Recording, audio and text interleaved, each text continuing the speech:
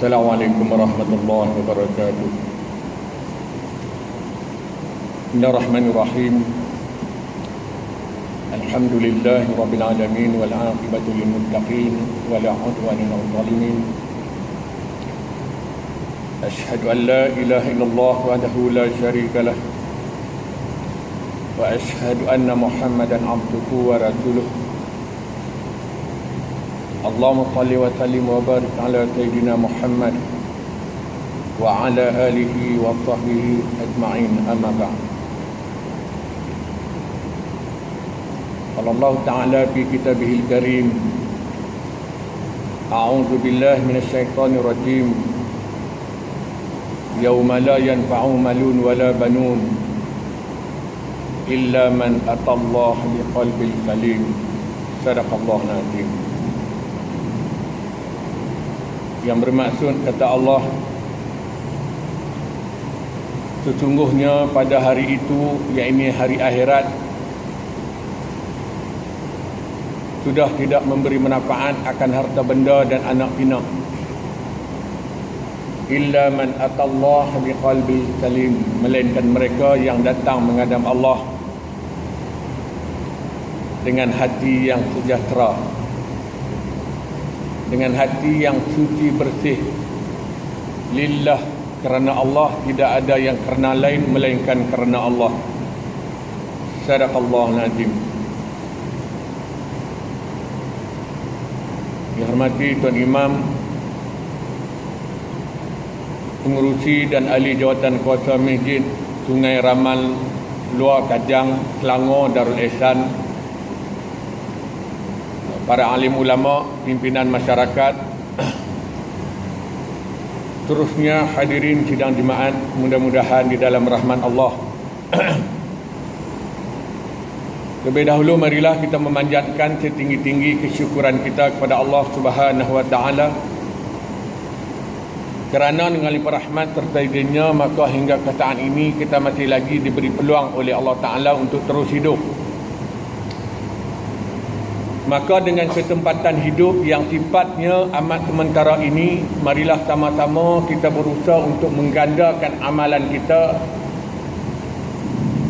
demi meningkatkan ketakwaan kita, kerana ianya merupakan bekalan yang terbaik untuk kita bawa menghadap Allah Rabbul Jalil. Ketahuilah wahai saudaraku sekalian, setiap yang hidup pasti merasai mati. Kita setuju pun kena mati, tak setuju pun kita kena mati. Dan cerita nak mati ni pula, Allah tidak meletakkan sebarang syarat. Tak semestinya orang pencin, orang tua, orang yang macam-macam ada, darah tinggi, darah rendah, kencing manis, kencing tawa, gout dan sebagainya. Kadang-kadang kita tengok cucu kita pergi lebih dahulu, ataupun mungkin anak kita, atau tak kira siapa saja. Sebab nak cerita mati ni, Allah tidak meletakkan sebarang syarat. So kita perlu sentiasa bersedia menghadapinya. Sebab bila mana kita dijemput oleh Allah Ta'ala, insya-Allah kita, are you ready? Lebih kurang itulah. Sebab besok di akhirat tak ada dah manfaat harta benda anak pinak. Jadi sementara yang ada ni, kita pergunakan sebaik mungkin. Hadirin sekalian, di sini lahirnya sebuah cinta. Jangan lagu dah. Di sini lahirnya sebuah cinta yang suci abadi selamanya. Ini nak sambut kemerdekaan. Tema kemerdekaan yang bakal kita sambut lagi 2 hari, sempena ulang tahun kemerdekaan yang ke-57. Di sini lahirnya sebuah cinta. Apa itu cinta? Tuan-tuan dan sekalian, saya pun tak nak ulas panjang-panjang, sebab saya bukan pakar falsafah ke ahli bercinta dan sebagainya. Cumanya dalam kaedah agama ni tuan-tuan, bab cinta ni ataupun rukun cinta ni dia ada 4. Rukun cinta ni dia ada 4. Yang pertama, kita kena cinta kepada harta. Ini yang pertama, kena cinta kepada harta. Dengar elok ni, jangan terbeliak biji mata ni. Kami tak pernah dengar ni, hari ni baru dengar. Hari ni nak diperdengarkan. Sebab kalau tak ada harta, tuan-tuan, bila jatuh miskin papa, ini yang Islam larang. Islam tidak menghalang untuk kita jadi kaya-raya. Sebab tu kalau kita tengok Nabi sendiri, isterinya seorang jutawan terbilang, Siti Khadijah. Begitu juga diiringi dengan para sahabat yang lain. Hebat-hebat, tuan-tuan. Dalam bab harta ni, kalau kita tengok dalam kalimah Hindustan dia kata apa? Kata dia, harta duiti daki dunia he, duiti nahi muhabbat caluh he. Dia kata apa? Maksud dia lebih kurang, dia kata harta duit ni tak ada apa, semua daki dunia. Tetapi kata dia, duiti nahi muhabbat caluh he. Kalau duit tak ada, hak di rumah pun cabut lari. Mampu kita, tuan-tuan. So maknanya pertama, kita kena cinta harta. Cinta harta ni bermaksud kita cari harta, sayangi harta, dan harta itu sewajarnya kita letak di tangan, bukan letak di hati. Yang menjadi salah, harta itu kita letak di hati. Kita cari, kita bekerja siang malam, tunggu lumih bekerja, overtime lain, part time lain, apa lagi? Tak ada time. Apa lagi? No time. Dan yang macam-macam, tuan-tuan. Tetapi tidak seimbang. Sebagai contoh, kalau dia bekerja, gaji dia 25,000. Datang ni hari Jumaat, Tung Derma ni, orang hak kerja gaji 1,200 boleh bagi RM5. Dia pun boleh bagi RM5. Itu kelukut punya orang. Itu maksud dia. Harta tu tadi tu jangan letak di hati, tapi kena letak di tangan. Tuan-tuan, ada ke orang kerja gaji 25,000 Ada bang? Ada. Kerja apa? Macam-macam kerja lah kot, tapi tak ramai. Tapi untuk pengetahuan tuan-tuan, kalau tuan-tuan menginginkan kerja gaji yang income-nya lebih kurang 25,000 ni, antaranya yang saya tahulah, pilot kapal terbang. Pilot, janganlah tengok walaupun MH370 sampai lah tak dapat dikesan. Yang MH17 tu dah settle dah. Pilot kapal terbang. Sebab saya pernah tanya kepada pilot. Sebab saya dulu, tuan-tuan, pernah berceramah, antaranya jemputan ceramah, gabungan penganjurnya gabungan airport Pulau Pinang dengan tabung haji Pulau Pinang. Saya dijemput berceramah. Lepas ceramah tu ada minum. Ni ada minum, ada makan. Nampak gaya tak ada harapan, makan sendirilah kan. Jadi masa makan-makan tu saya sembang-sembang lah. Jadi bila sembang-sembang tu baru tahu cerita gaji pilot. Lebih-lebih lagi kalau pilot yang luar negara lagi tinggi. Jadi kalau tuan-tuan nak anak tuan-tuan yang gajinya begini, tuan-tuan suruh dia jadi pilot. Tapi tuan-tuan tahu tak, untuk nak ambil lesen kapal terbang, tahu kos dia berapa? Tahu tak? Tahu ke tak tahu? Tak tahu, saya nak tolong bagi tahu. Kalau nak ambil lesen motor berapa? 800 kah? Saya pun tak ingat dah. Lebih kurang itu. Kalau kereta berapa? 1,200. Untuk nak dapat lesen kapal terbang, pergi sekolah dia nak belajar, kosnya lebih kurang RM280,000 Malaysia sahaja. Jenuh merompak, jenuh menyamun kalau kita kategori kita lah. Tu maknanya nak bagi tahu. Nak bagi tahu, nak cerita harta duit daki dunia he. Duit nahi muhabbat jaloh he. Jadi kalau harta tak ada, duit tak ada, habis pakai lari, tuan-tuan. Jadi kita maknanya kita cari harta, dan harta itu letak di tangan. Maksudnya mudah belanja, senang berurusan dan sebagainya. Jangan kedekut terlampau bakhil, mengalahkan Haji Bakhil dalam filem Si Labu Labi. Itu yang pertama, kita kena cinta harta. Yang kedua, kita kena mencintai wanita dan anak-anak. Wanita ini spesialis kepada ibu. Ibu kita tu kategori apa sekalipun, sewajarnya kita wajib taat. Selagi mana tidak membawa kepada maksiat dan mungkar. Walaupun ibu kita bukan Islam. Hadirin sekalian, sebab taat ibu, redha ibu menentukan redha Allah. tuan-tuan sekalian, ini maksud cinta wanita dan anak-anak spesialis kepada ibu. Kalau dah ibu tak ada, baru turun kepada yang lain-lain, mungkin juga termasuk kepada isteri-isteri. Kalau yang lebih daripada seorang isteri istu, bukan dia isteri. Dia ada kod, tuan-tuan, dia ada kod. Tuan-tuan ni kod apa ni?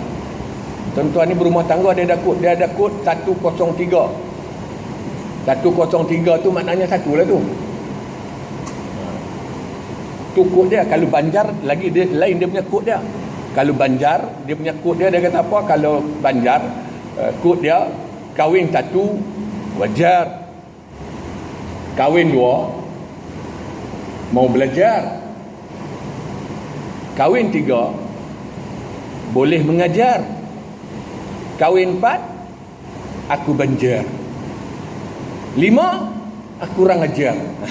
Itu kod Banjar. Tapi kod dia ni kebanyakan kita ni 103. 103 tak kisahlah. Maknanya cintai kepada wanita dan anak-anak. Tak kira lah lebih sama ada anak sendiri ataupun anak orang, yang dikhususkan kepada anak yatim. Baik, ringkaskan tuan-tuan masuk dengan terhad. Kemudian yang ketiga, iaitulah kita kena cintai pangkat. Kena cinta pangkat. Maksud pangkat ni bukan Datuk Seri, Tan Seri, Puan Seri, Tiang Seri, bukan. Maksud pangkat ni pangkat abang, ayah, datuk, atuk, opah, bapa saudara, begitu. Maknanya kita yang status begini, yang lebih dewasa daripada anak saudara kita, anak kita, cucu kita, nak bergurau tu boleh bergurau, tapi jangan terlajak gurau sampai dia tak respect kita sebagai datuk dia, sampai kita sebagai bapa saudaranya dan sebagainya. Kita dengan anak kita nak gurau-gurau juga, takkan anak kita, anak saudara kita panggil nama kat kita. Kita main-main ketuk pintu. Isteri kita tak perasan, anak kita yang perasan. Bila anak kita, isteri kita pun beritahu pergi buka pintu tu tengok siapa main. Elok kita pun buka pintu, isteri pun tanya kepada anak kita, siapa datang tu? Ni Umar balik. Ni. Dia boleh panggil Umar, oi ayah hang Ni pok hang ni boleh panggil kita nama contoh. Gitu nak bagi tahu. Tu maknanya cintai pangkat, maksudnya pangkat ini. Pangkat ayah, atuk dan seumpamanya. Tu kita kena hormati, mencintai, menyayangi pangkat. Kemudian seterusnya, ini cinta yang paling mahal, iaitulah hendak kita mencintai Allah dan Rasul beserta dengan undang-undangnya. Kalau sekadar cinta Allah dan Rasul, Quran rajin baca, selawat rajin selawat, ya hanana, ya hanana, ya hana, ya hana, bergelek sampai luruh terbat.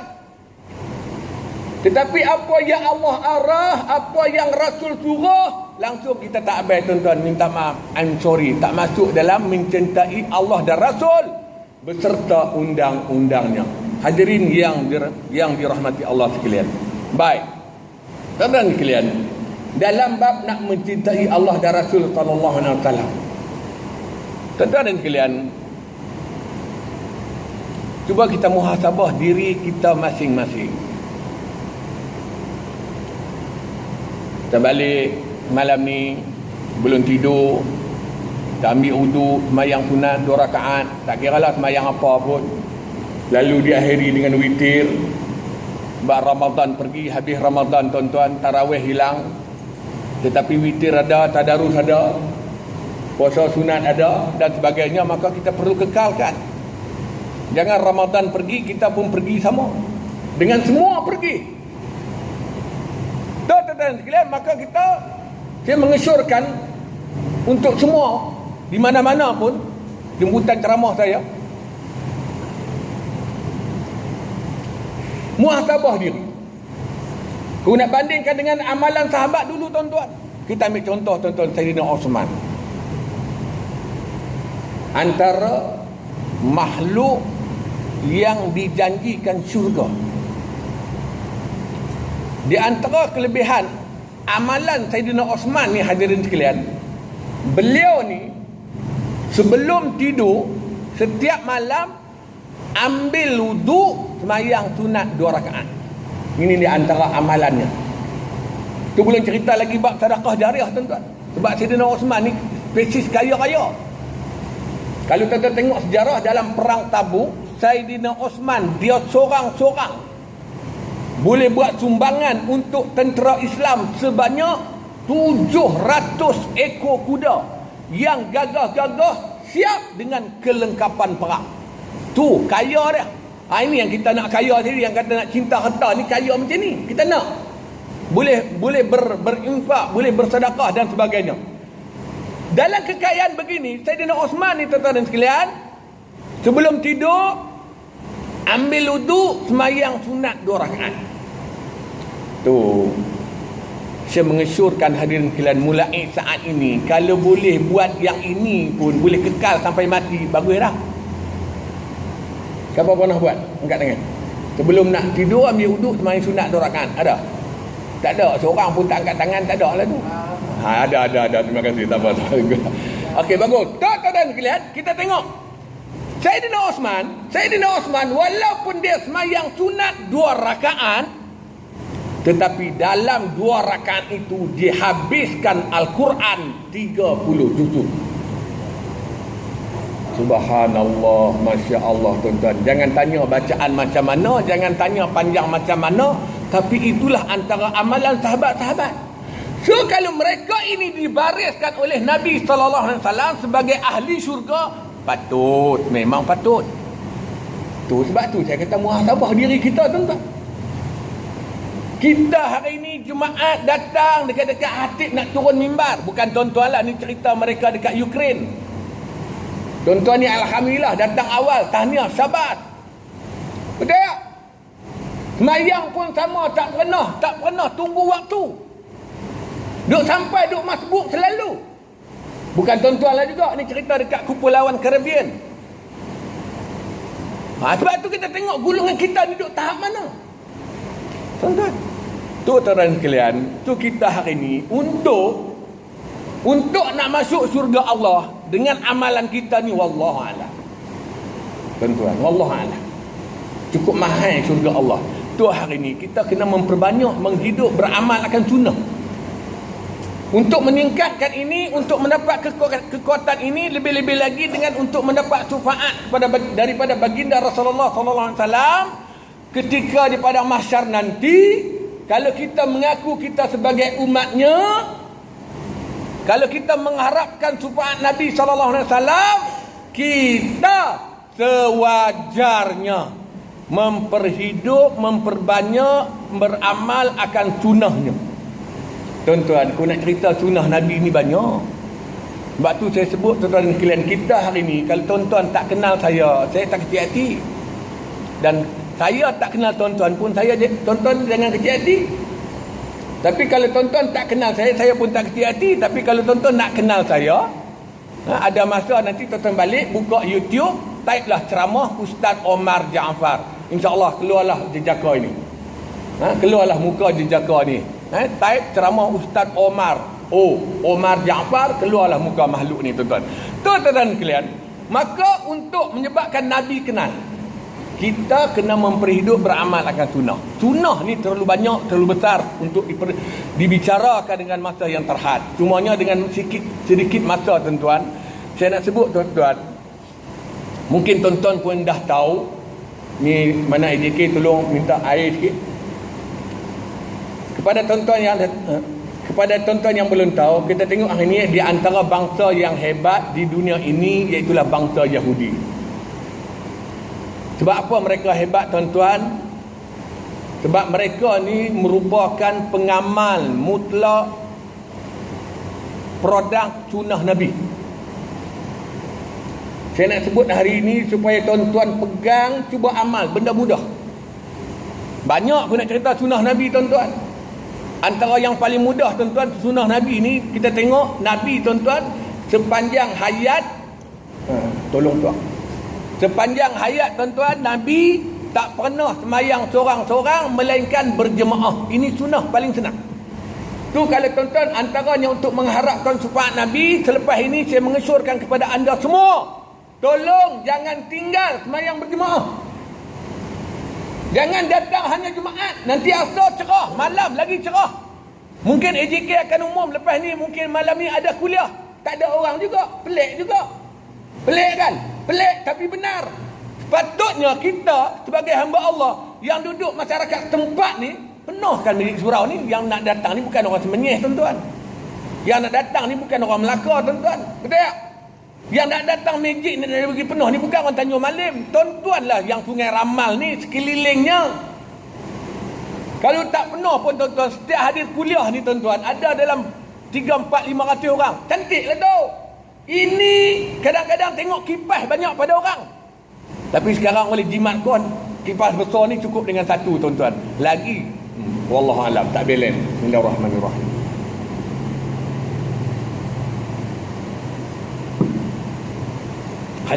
Hadirin yang memang telah sekalian, itu di antara bangsa yang bijak di dunia ini, itulah bangsa Yahudi. Sebab apa? Mereka ni pengamal mutlak produk sunnah. Apa dia? 3 benda penting yang mereka amal. Ni bangsa Yahudi. Pertama, habbatus sauda. Saya rasa mungkin tuan-tuan pun tahu dah kan. Bukan takat sekali mendengar, dah berkali-kali yang sabit dengan hadis yang maksudnya mana, kata Nabi, tetaplah kamu, amallah kamu dengan habbatus sauda, kerana ianya menjadi penawar bagi segala penyakit kecuali tahu pun kecuali mati. Makna powerful. Ini bangsa Yahudi amal yang mencipta vaksin dalam dunia perubatan mereka, tetapi mereka tak telan sakit kepala ke, demam ke, depa tak telan ubat-ubat moden ni. Sebab mereka lah pencipta vaksin. Mereka apa saja masalah habbatus sauda, kita ini ketepikan. Mana dia yang kata kita ni sayang Nabi, cinta Nabi? Hak benda ni pun kita tak amal. Tu yang pertama. Yang kedua, antara amalan bangsa Yahudi iaitulah madu. Benda senang kan?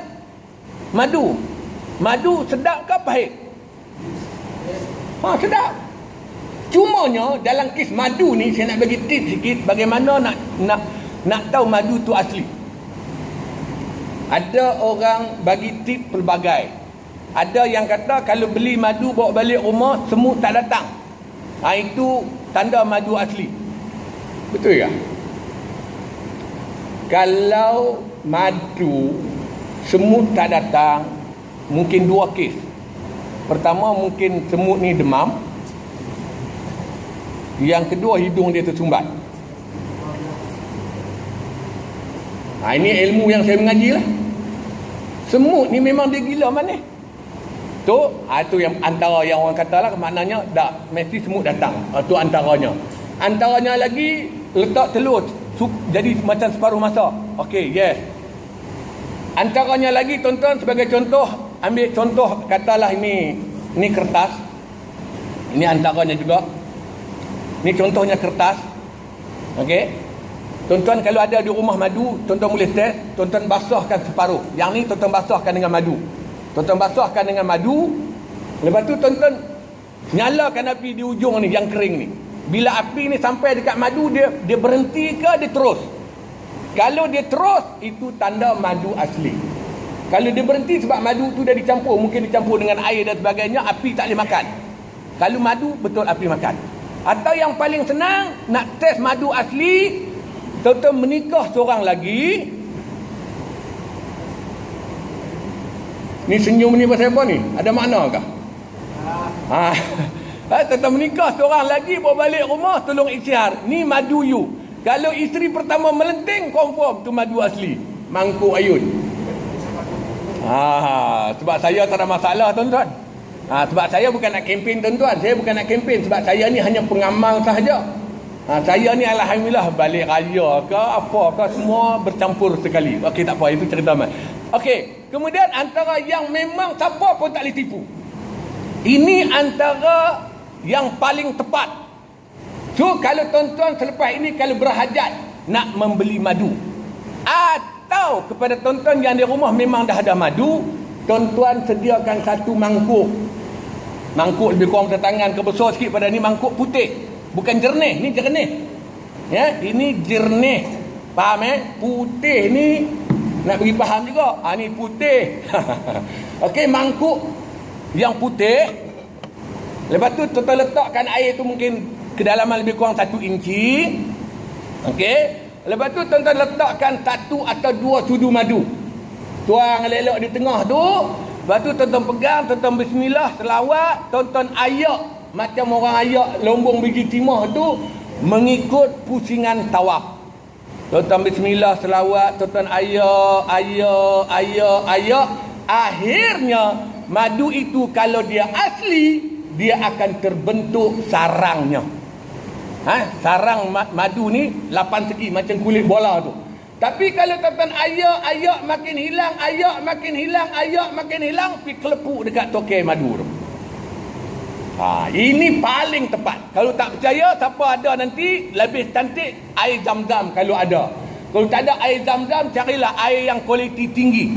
InsyaAllah tuan-tuan. Dan madu tu jangan dah ada ayak-ayak tu larut-larut, minumlah, janganlah buang, sayang. Mahal madu tu. Okey? Dan akhir daripada saya sebab nak habis dah tuan-tuan. Juga antara produk hebat amalan bangsa Yahudi iaitulah susu kambing. Yang sabit dengan hadis sabda Nabi sallallahu alaihi wasallam, ittahidul ghanam fa innaha barakah. Yang mana maksudnya kata Nabi, sesungguhnya pada kambing itu ada keberkatan. Tuan-tuan sekalian, apa hebat susu kambing? Banyak sangat tuan-tuan. Maknanya tuan-tuan, pertama tuan-tuan, susu kambing ni pertama minum boleh pahala. Sebab sabit dengan hadis kata Nabi, maksudnya barang siapa menghidupkan sunnahku dikala rosaknya umatku, maka baginya pahala 100 syahid.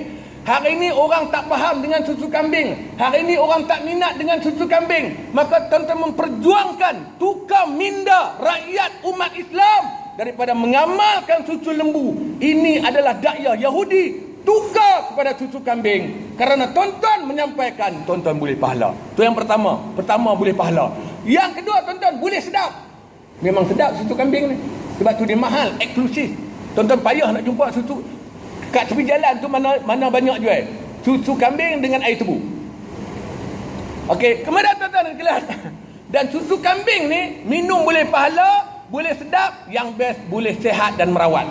Maknanya kalau tuan-tuan ada masalah gout, ada masalah sendi, ada masalah migraine, ada masalah sembelit, ada masalah kurang power, susu kambing. Kerana susu kambing ni tuan-tuan, antaranya dia kaya dengan selenium.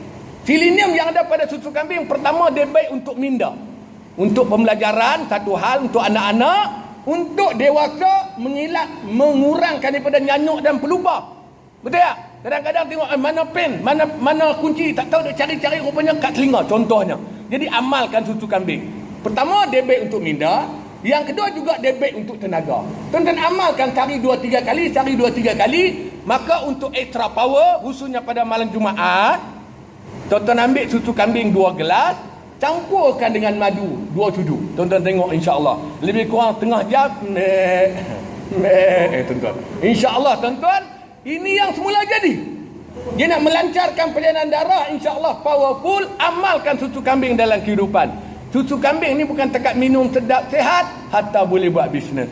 Saya takat tu lah. Nah, oleh kerana masa tuan-tuan nak tahu lebih lanjut, sahabat saya pun ada di luar sana tu buka meja pasal susu kambing.